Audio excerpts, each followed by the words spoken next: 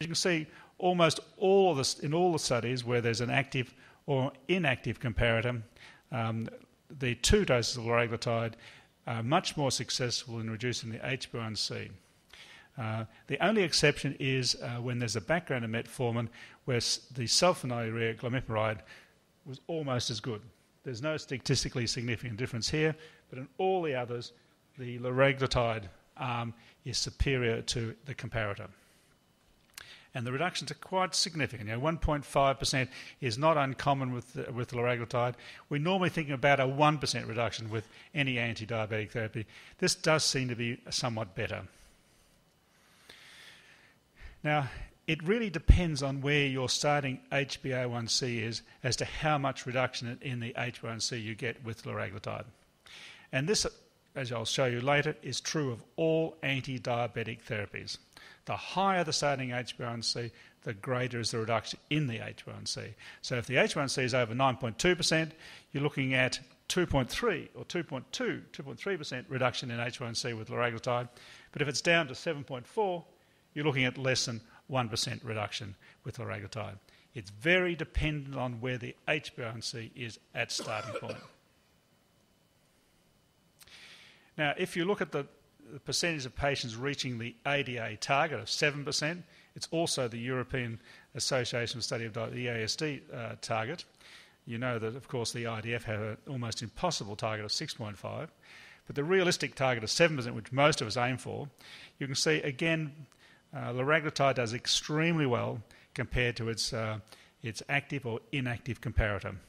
The only time it's on equal standing is when it's metformin is in the background in lead 2, where glimepiride appears to do just as well. But in all other studies, liraglutide is better, statistically better at achieving the target. Up to 60% in these 2 studies. Liraglutide also reduces the fasting blood glucose, which is predictable. It matches glargine in being able to reduce the fasting blood glucose. And it also reduces the postprandial glucose, because that's what you'd expect given its mode of action. And that's present, again, in all the lead studies.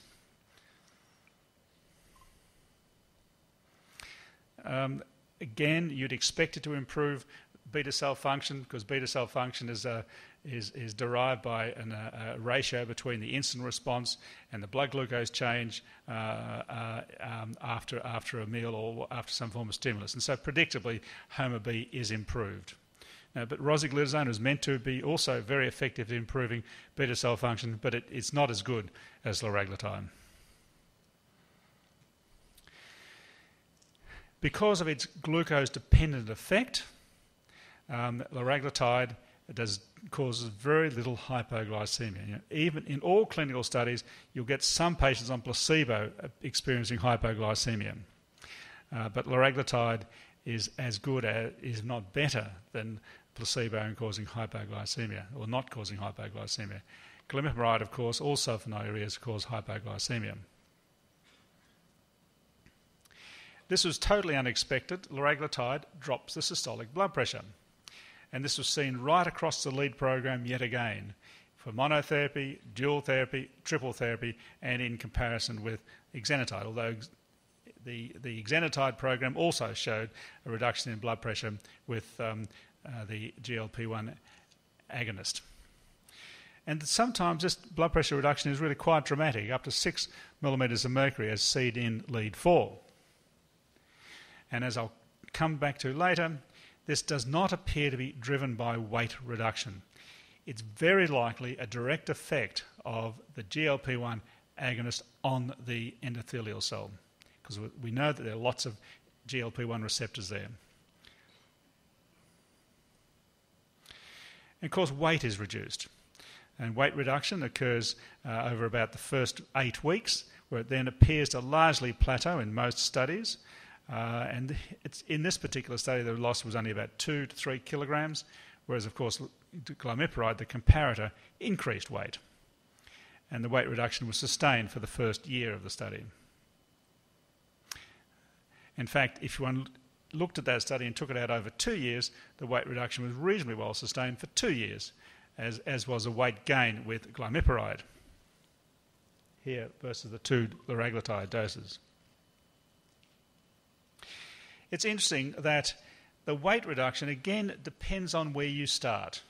For patients who are more overweight, the weight reduction is greater than for patients who are normal weight. So for patients with a BMI of less than 25, the weight reduction is about 1 kilogram.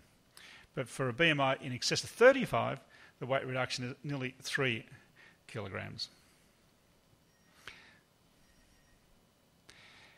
And in some cases, the weight reduction is really quite substantial. Like everything in diabetes, some patients show good responses, some patients show medium response, and some patients show no response. But if you rank the body weight change from the highest weight loss to the least weight loss, or even weight gain, and divide the cohort into quartiles, one quartile, the weight loss average is about 8 kilograms. In the second quartile, the weight loss is about 4 kilograms. So if you're looking, half of the patients are losing somewhere in excess of 4 to 8 kilograms on the liraglutide 1.8 milligrams on a background of metformin.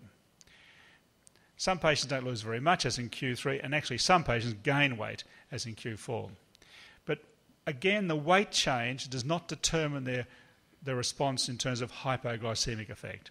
That appears to be independent of, well, it won't be totally independent of weight loss. There'll be a component of the hypoglycemic effect, which is weight dependent, but there's a significant component which is independent of the weight loss. And the weight loss is mostly body fat, as is shown in this next study, which is lead 2, where the comparator was glimepiride. And the weight is mostly visceral fat rather than subcutaneous fat. And that applied, of course, to both doses of liraglutide, whereas weight gain is normally seen with glimepiride. And indeed, as you can see, for the total body fat, there was gain here, and for subcutaneous fat there was also some gain with glimepiride. The weight reduction story is fascinating and is yet to be fully understood and investigated. But in a small study which Novo have completed and now published, they looked at much larger doses of liraglutide in patients who were not diabetic. Many of these patients had impaired glucose tolerance, or IFG as well, or IFG, and they used up to 3 milligrams. Remember, what's coming to market is 1.2 to 1.8 milligrams per day, but in this weight reduction study, they used up to 3 milligrams. And you see quite substantial weight reduction in this at the largest dose of 3 milligrams, 8.6 kilograms over a 20-week period, compared to olestat, where the loss was about 5.3 kilograms. It does appear as though the dose-response curve for weight reduction is different to the dose-response curve for blood glucose reduction. Although it's very clear that it's a GLP-1 receptor effect, both are GLP-1 receptor effects, it's a different dose-response curve, which is very curious. But this area of weight reduction is going to be the subject of a lot more studying. Now, liraglutide does cause nausea. Like all GLP-1 agonists, it causes nausea. But it's very short-lasting, and it's unusual for patients to withdraw from treatment because of the nausea, because at the same time they're losing their appetite. And most of these patients enjoy the fact that their appetite is controlled for the first time in their memory.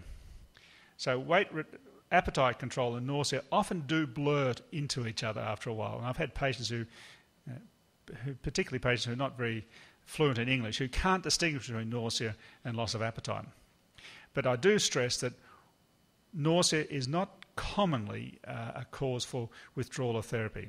It's a very unusual cause for withdrawal of therapy, and it does wear off. Now, how does liraglutide stack up against the other incretin therapies? You may remember that when liraglutide is given as a 0.6, well, let's say 0.6 milligrams per day, which is about 6 micrograms per kilogram per day, you get levels, circulating levels of liraglutide, which are about 4,000 to 6,000 picomoles per litre. But a lot of that's actually bound to protein, to albumin. So if you calculate the free liraglutide, you've got about 60 picomoles of liraglutide, which is free. But even that's pharmacological. In reality, the circulating level of native GLP-1 is about 10 to 20 picomoles per litre. And so you can see the liraglutide dose gives you a pharmacological level of active GLP-1 action.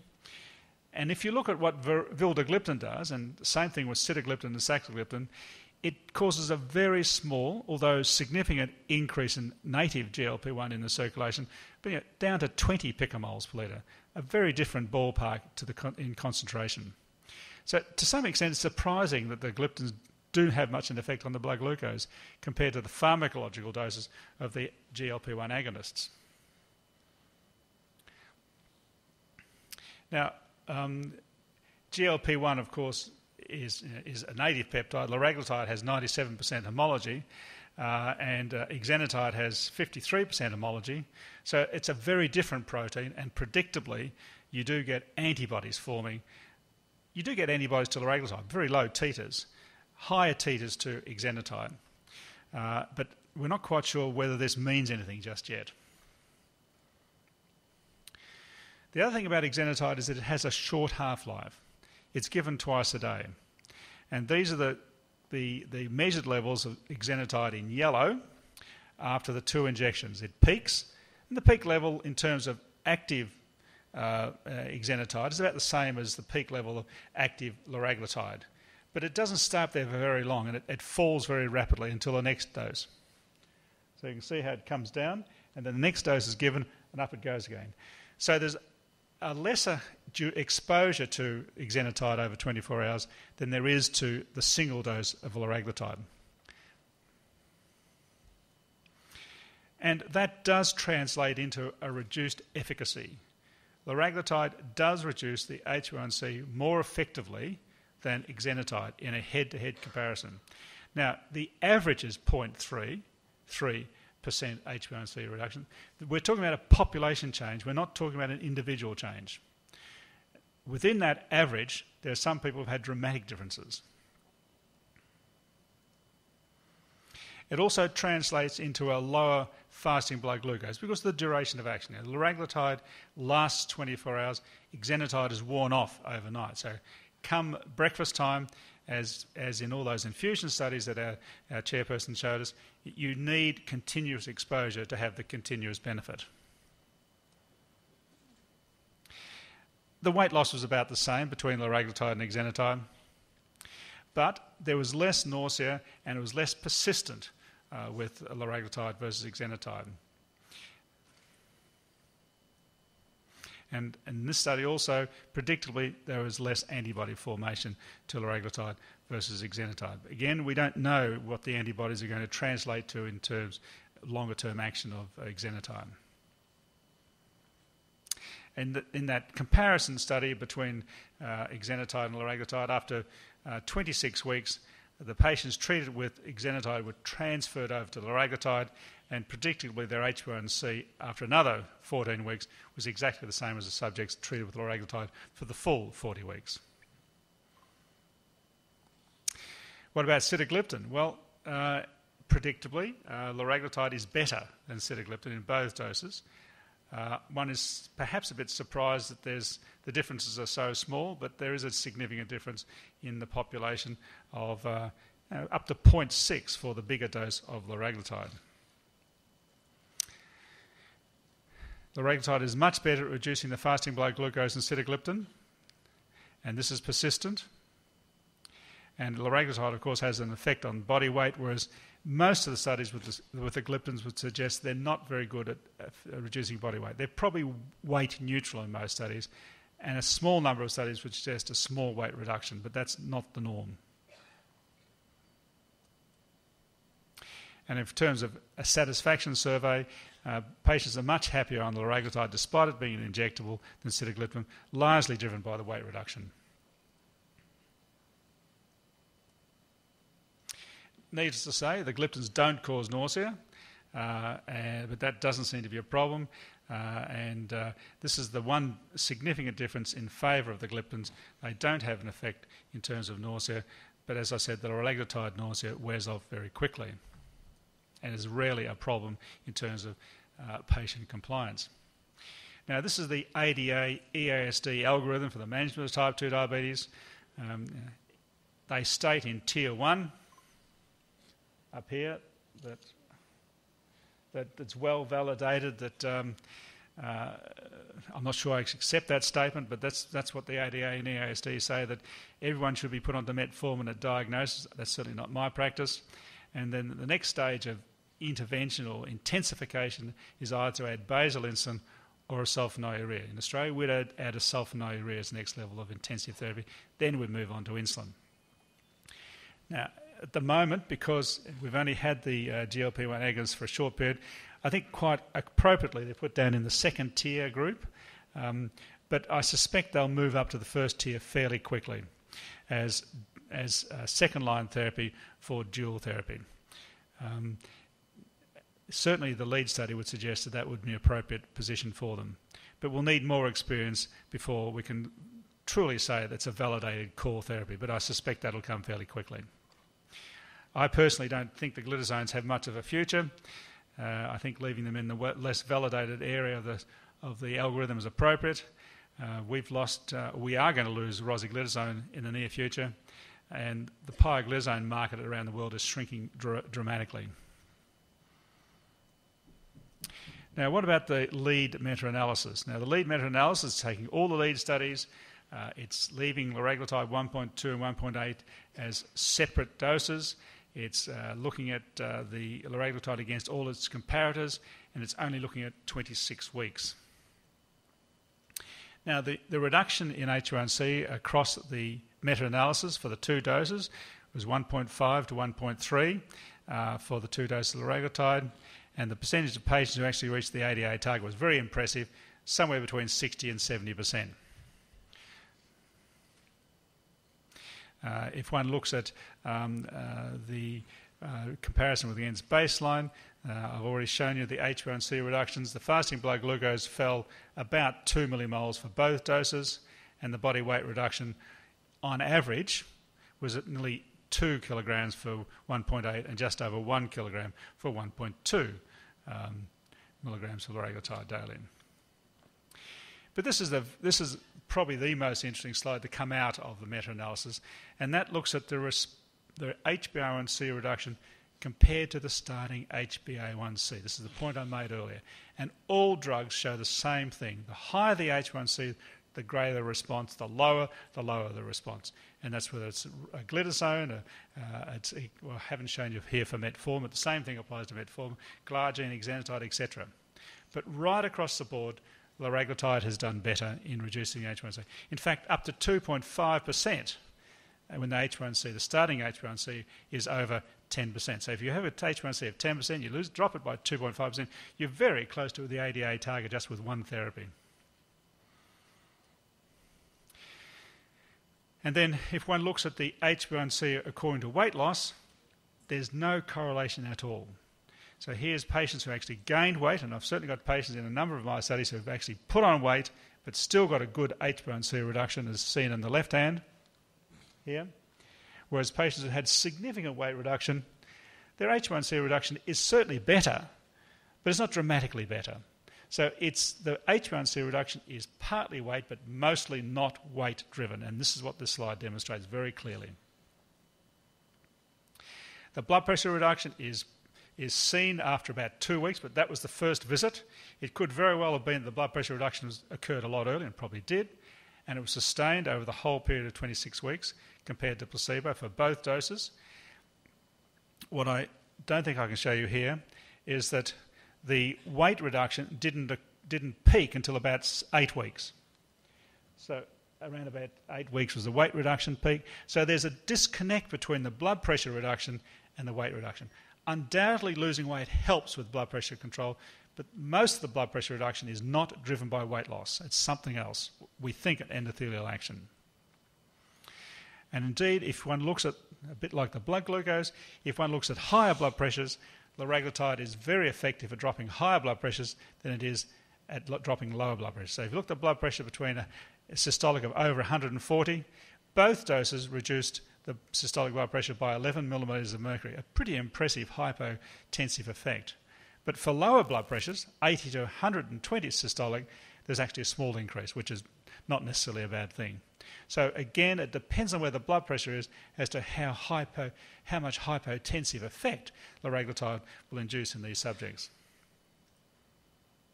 Now, liraglutide improves lipids, and certainly compared to rosiglitazone, very impressively so, and drops LDL as well. But I think this probably is weight driven. But what is still unexplained is why liraglutide improves these cardiovascular markers. It drops BNP. We've looked at the effect of PI1. That's a direct endothelial action of liraglutide on the endothelial cell. As I said, there are GLP-1 receptors there. It also reduces highly sensitive CRP. All positive things in terms of cardiovascular protection, we believe. Now, if one looks at composite endpoints, which is based on ADA goals, a composite of A1C of under 7%, no weight gain, no hypoglycemia, that's composite 1, or composite 2, A1C under 7%, no weight gain, and a systolic blood pressure under 130, how do the treatments compare? Well, predictably, liraglutide does extremely well at achieving composite 1, somewhere between 30 and 40% on the 2 liraglutide doses compared to its comparators, and certainly very effective compared to sitagliptin, where sitagliptin is a comparator. Liraglutide wins hands down on composite 1. And if you look at the odds ratio achieving this composite 1 endpoint, liraglutide is much better than TZDs by 10-fold, right down to exenatide, where it's better by 2-fold. If one looks at the second composite endpoint, where hypoglycemia is taken out and blood pressure is thrown in, again, liraglutide does very well and compares very favourably to all the comparators. And if one looks at the odds ratio, again, the odds ratio is highly in favour of liraglutide, 11-fold against TZDs, and again, 2-fold against exenatide in achieving this second endpoint of those 3 ADA recommendations. Now, finally, we come to the LEADER study. What has happened in the last 6 months is the FDA, being the most powerful regulatory body in the world that most people now follow. All drug companies have to follow the FDA guidelines because the American market is the biggest market in the world. They've decided that all diabetes drugs, not all drugs, but all diabetes drugs, have to be proven to be safe in a cardiovascular sense.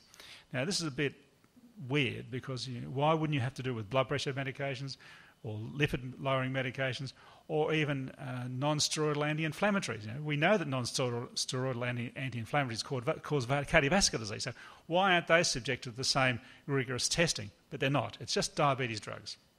So the FDA has said that all drugs being developed for diabetes care, the drug company has to collect cardiovascular endpoints and look at cardiovascular risk. And the odds ratio of risk against all comparators for the new drug has to be reassuring. I'm not sure what reassuring means, but I suppose it means 1 or less than 1. And because there's small numbers of events, the confidence interval is very wide. And they've chosen quite arbitrarily a confidence interval of 1.3 and 1.8. No one quite knows where these figures came from.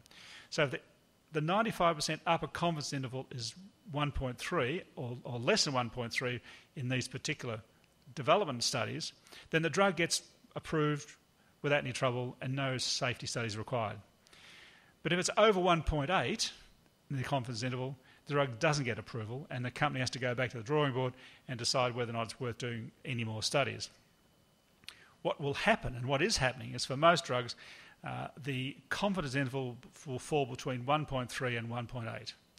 They get approval, but then they have to do a post-marketing safety trial.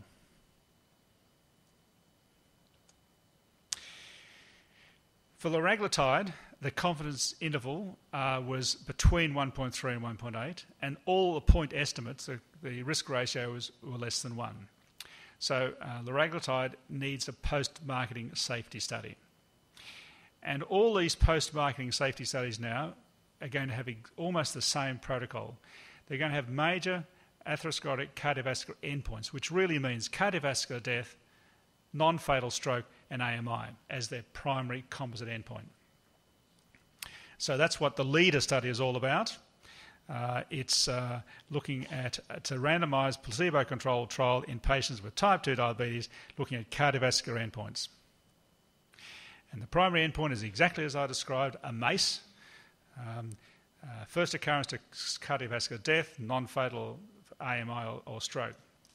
Of course, I always have lots of secondary endpoints. And these patients are going to be high-risk patients, often not the patients included in the clinical trials for registration purposes. These are patients with high risk of cardiovascular events. They're largely patients with existing cardiovascular disease. And they're going to be treated with liraglutide or placebo, and a placebo injection for up to 5 years.